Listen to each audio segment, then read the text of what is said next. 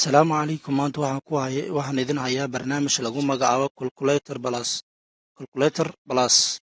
Waa barnaamij aad kaga halisan karto xisaab walba oo aad u baahan tahay, islamarkaana ku siin doono jawaab aad isku halayn karto. Barnaamijka waxaa lagu magacaabaa Calculator Plus. Muuqaalkiisana waa sidan. Waxaad kala soo degi kartaa barnaamijka Play Store. Waxaadna kala soo degi kartaa Play Store-ka moobilkaaga.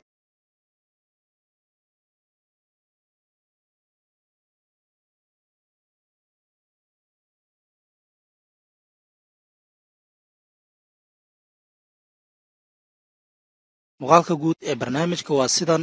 Gudaha markaad u gashana barnaamijka qaabkan ayuu soo bandhigi doonaa.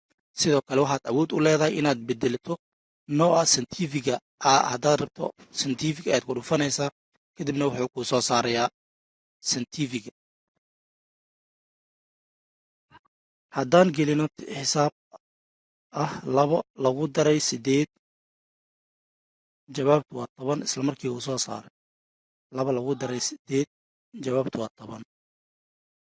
sidoo kale haddaan dhaho 582 lagu daray 9, isla markiiba wuxuu isiinayaa jawaabta ah 672 equal oo keliya aan leeyahay.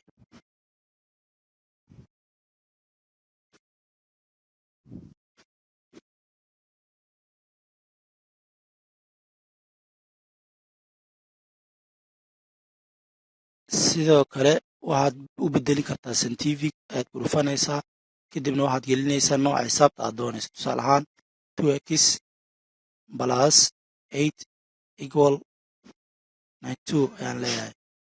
2 lagu daray 8 waxay la mid tahay 92. kadibna waxaan taabanayaa solve meesha ay ku qoran tahay.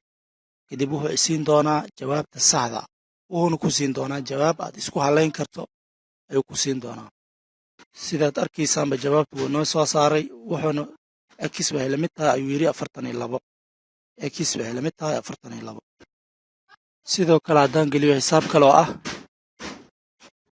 y minus 9 equal 42, wuxuu siinayaa jawaabta saxda ah. y waxay la mid tahay 51 ayuu leeyahay. barnaamijkan wuxuu kaloo leeyahay math scan oo ah kaamiro aad ku halin karto xisaabta adoo kaamirada ku aadinaya, kadibna waad sawiraysaa. wuxuu kaloo leeyahay falash meel lagu furo. hadduu moobilkaaga uu falashkiisu fiican yahay, falashka ayaad furan kartaa, kadibna iftiin fiican ayaad helaysaa. okay, intaas ayaan kusoo gabagabaynaynaa shirkeena maanta. waa inoo mar kale haddii allah weyn uu ka raali noqdo. bye bye.